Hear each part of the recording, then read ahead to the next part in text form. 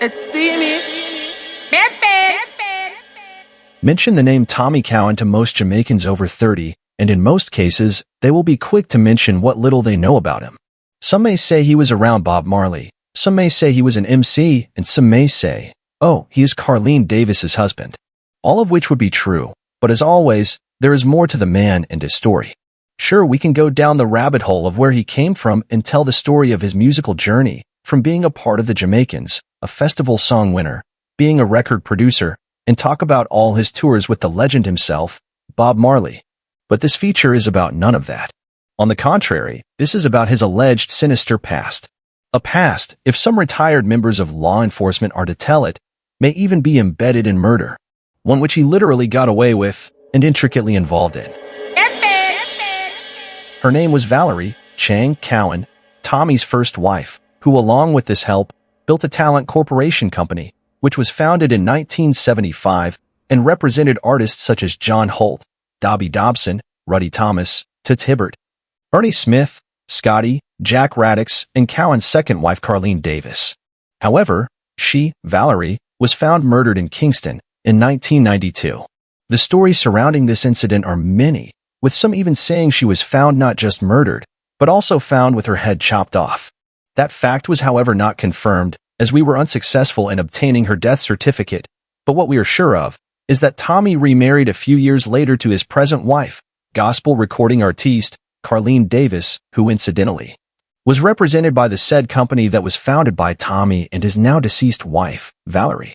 The argument in the street at the time was that Tommy had gotten rid of his wife in a bid to obtain wealth and to pursue his new love interest, which if true, concluded in marriage and a conversion from the Rastafarianism faith to Christianity, following, I guess, in the footsteps of his newfound love. As Carleen remembers it, she met Tommy through music, while visiting Jamaica from Canada. He was an established music producer and had a talent agency, and she was an up-and-coming artiste. Interesting fact, Cindy Breakspear, Rita Marley's greatest nightmare from all accounts, is also from Canada. Anyway, moving right along.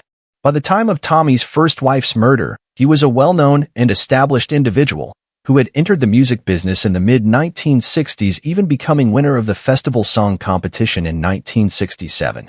With a group called the Jamaicans, with the Duke Reid-produced Bob-a-Boom, which also topped all Jamaican chart.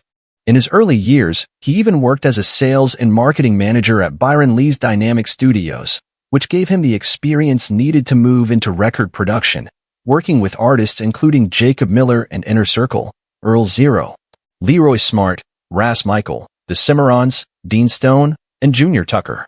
He also became Inner Circle's manager and eventually started the top-ranking record label, while also working as master of ceremonies at reggae Sunsplash festivals and at the One Love Peace concert, organized by Bob Marley himself.